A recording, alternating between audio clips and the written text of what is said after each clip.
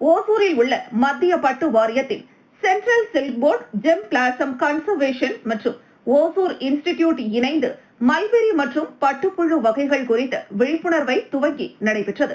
மத்திய பட்டு வாரியத்தின் உறுப்பினர் செயலர் சிவகுமார், பட்டு வாரியத்தின் இயக்குநர்கள் கிரிஷா, மந்திரமூர்த்தி, இணை செயலர் நரேஷ் பாபு ஆகியோர் இந்த கருத்தரங்கினை துவக்கி வைத்து உரையாற்றினர்.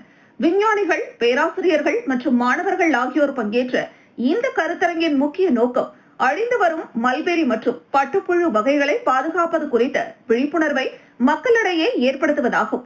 குறிப்பாக தென்னிந்தியாவில் பட்டு வளர்ப்பு ஒரு பெரிய அளவிலான தொழிலாக நடைபெற்று வருகிறது.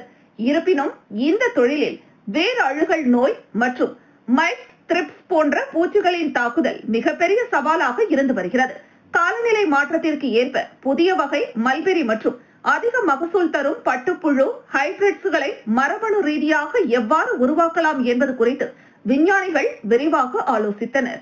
தொடர்ந்து செய்தியாளர்களிடம் பேசிய மத்திய பட்டு வாரியத்தின் உறுப்பினர் செயலர் சிவகுமார், தற்பொழுது அனைத்து துறைகளிலும் ஆதிக்கம் செலுத்தி வரும் செயற்கை நுண்ணறிவு தொழில்நுட்பத்தை இந்த மரபணு பாதுகாப்பு மையத்தில் பயன்படுத்துவது குறித்து முக்கியத்துவம் அளிக்கப்பட்டது.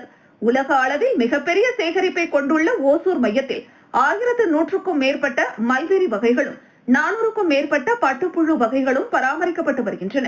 இந்த தரவுகளை கொண்டு பட்டு வளர்ப்பு துறை தொடர்பான எந்த ஒரு மரபணு தகவல்களையும் உலக அளவில் ஓசூரில் இருந்து வழங்கும் வகையில் ஒரு பிரம்மாண்டமான தரவு தளத்தை உருவாக்கும் பணிகள் நடைபெற்று வருவதாக அவர் தெரிவித்தார்.